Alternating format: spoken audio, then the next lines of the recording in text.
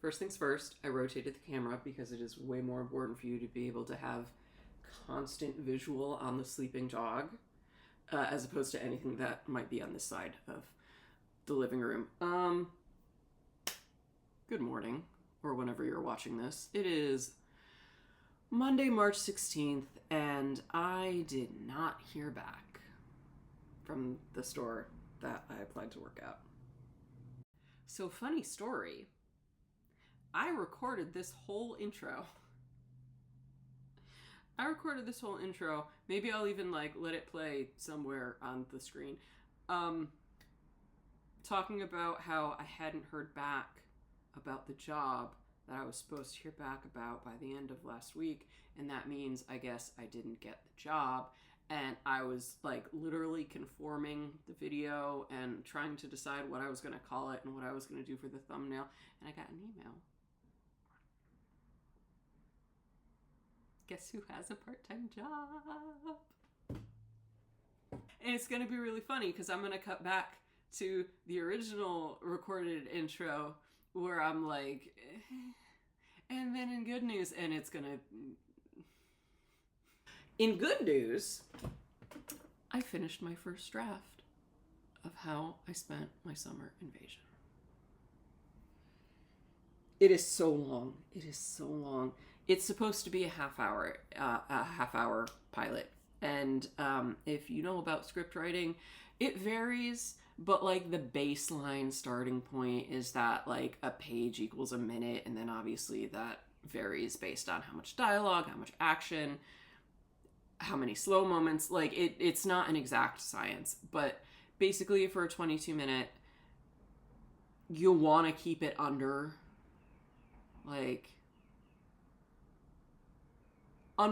definitely under 30.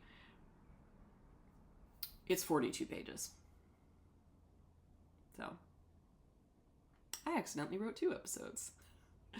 I sent it out to a few of my critique people yesterday, and then of course immediately after sending it, I thought of something I could do to make it a little bit shorter.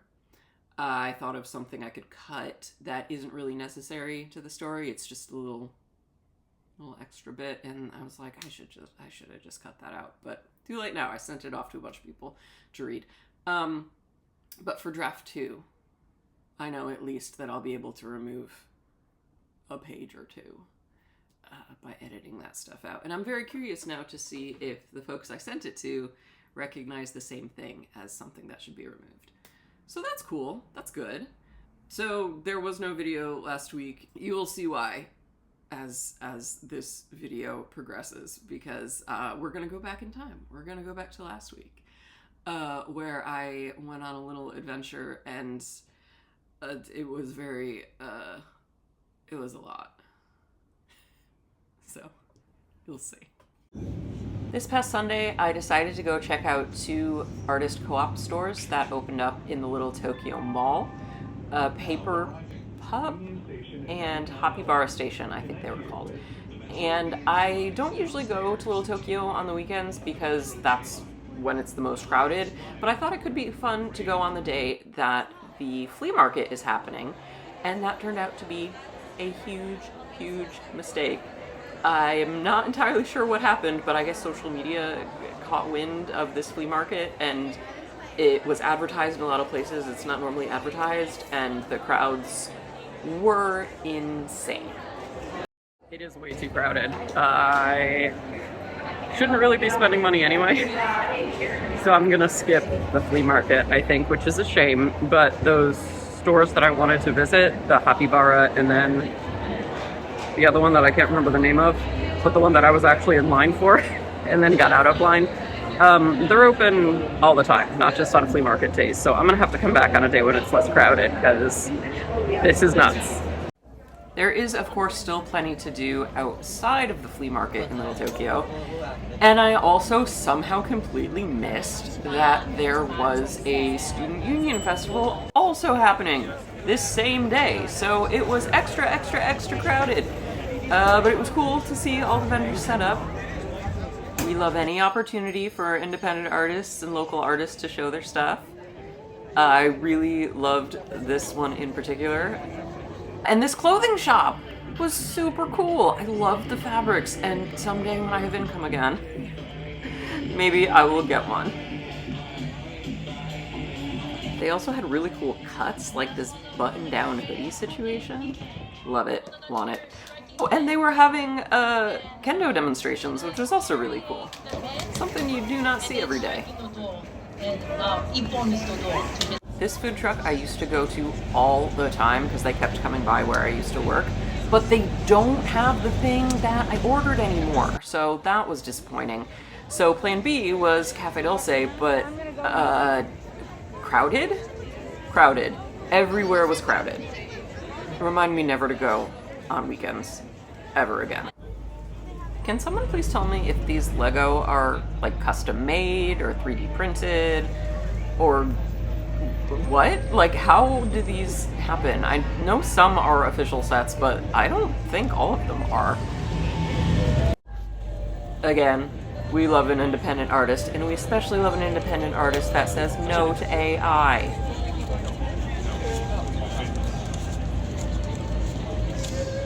I love these little vases so much, and the ones on the left with the flowers remind me so much of ceramic flowers that my grandparents had in their house.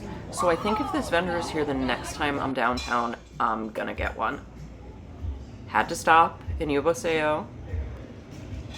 Even though, again, I'm not a chef, but just something about the cookbooks is just so aspirational. And of course, I just like being in this store. It's so cute. More mugs that I don't need.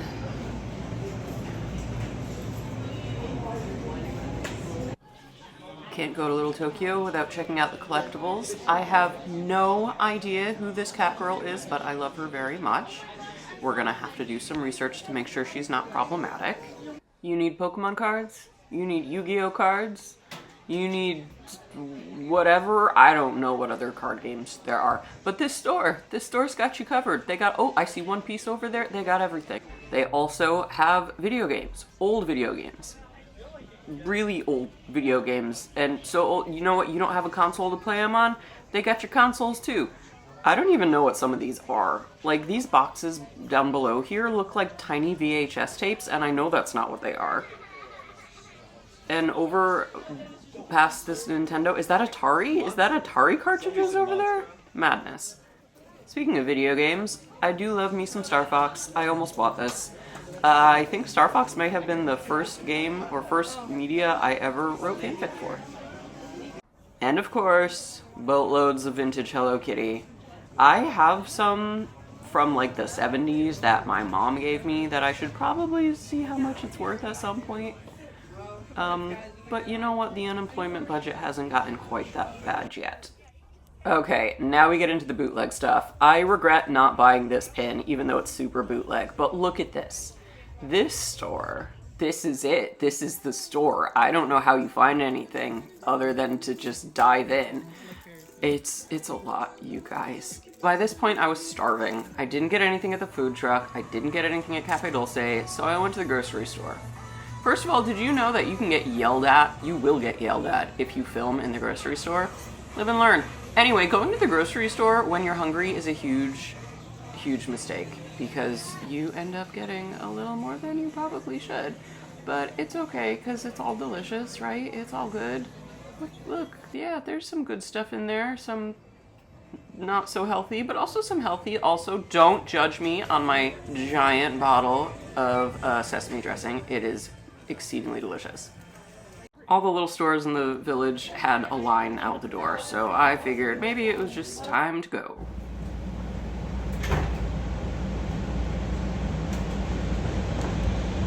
Welcome aboard the Metro A Line. This train's final destination is Pomona North Station. We're on this ride together, so please don't play loud music, block the aisles or exits, or take up more than one seat. Park bikes in designated areas, and to help us get you there on time, please don't hold the doors open. The next stop is Chinatown Station. I did take a little detour to Chinatown, though, because I really wanted to see if Paper Plant had gotten the Hobonichi half years in, Not that I particularly use the Hobonichi. I used to, but just the one page a day thing just really doesn't work for me. But they're so pretty, and I love looking at the covers, so I figured, what the heck, I would go take a peek. They didn't have any yet, which is probably a good thing, because, again, really shouldn't be spending money. So instead, I just took a little walk around, asked the food dog for some job luck, and that was the end of my adventuring for the day. The next clip needs a little bit of an explanation if you're not familiar with Too Good To Go. Not sponsored, obviously. Basically, it's a program where restaurants and grocery stores and so on can sell the food that's about to expire at a reduced price. And I love it because it, reduces food waste. It's good if you're on a budget. And it's a little exciting because you don't always necessarily know what you're going to get. And I should know by now, given my previously discussed terrible luck with blind boxes, that not every Too Good To Go pickup is going to be a winner. Obviously, if you're ordering from a bakery, you're probably going to get baked goods. Or if you're ordering from a sushi place, you're probably going to get sushi. But if you order a pickup from a shop that has a huge variety, this might happen. It is dark in the car. Oh my gosh. Okay, so we all know how much I love Too Good To Go, right? And I was at IKEA today because apparently I'm not the only person who considers this like a third space. So me and a friend of mine, we've been meeting up to write every couple of weeks or so. And she was like, maybe we should just hang out at the IKEA cafe. And I'm like, yes. IKEA also does Too Good To Go stuff. So and on their little page, it's like you can get anything that's in the food marketplace, and they have like salmon, and they have like the lingonberry syrup and all this like weird awesome stuff. Guess what I got? Chocolate. Like 5 pounds of chocolate. I don't really have a sweet tooth that much. I mean, it might take me a year to eat this. Chocolate. Yeah, so I probably won't be doing that again. But the IKEA cafe seating area, the one by where I live is like the biggest IKEA in the country or something. It's ridiculous. And they have this, their restaurant has free Wi-Fi, and if you're a member, you get free coffee and tea, and you can just chill there, like, forever. So, yeah, it's a good spot to, like, sit and get some writing done if you need to get out of the house, but also don't want to spend a lot of money. So, very glad my friend suggested that. We will absolutely be going back. Later in the week, I met up with a bunch of other animation writers, not to write, but to learn.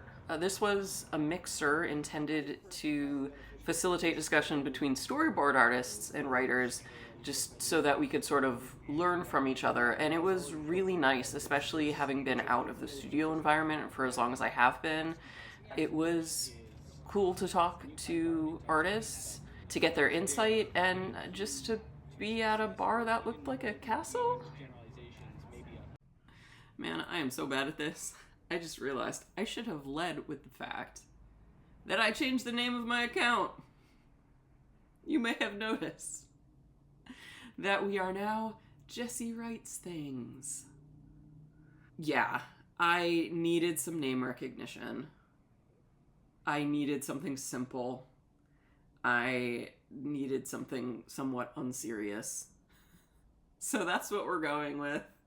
Jessie Writes was obviously taken like 100 times over.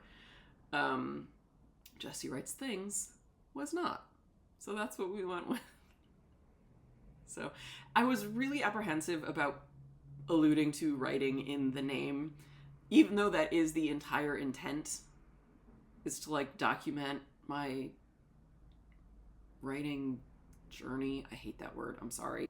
Because videos like this, for example, the vast majority of it has nothing to do with writing. Like, I barely mentioned writing in this video. And I'm like, do I really want to name my channel something that may not relate to every single video? But you know what? Yeah, I do.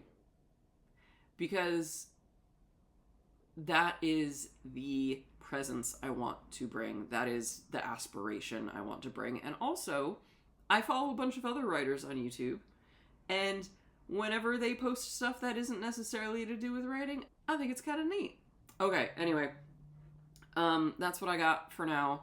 I don't know how this is going to work because I have been posting or trying to post on Saturdays, and today is obviously Monday. I'm going to try to get the video up today. Right, Penny? Yeah? Yeah, okay, my sweet old lady. Okay. So I don't know if that means there's also going to be one this coming Saturday. I don't know. I don't know what I'm doing. That's the theme here. That's what I should have called the channel. Jessie doesn't know what they're doing. It's fine. It's fine. This dog sheds. I don't know if you can tell. I'm going to stop recording now. Have a great week, everybody.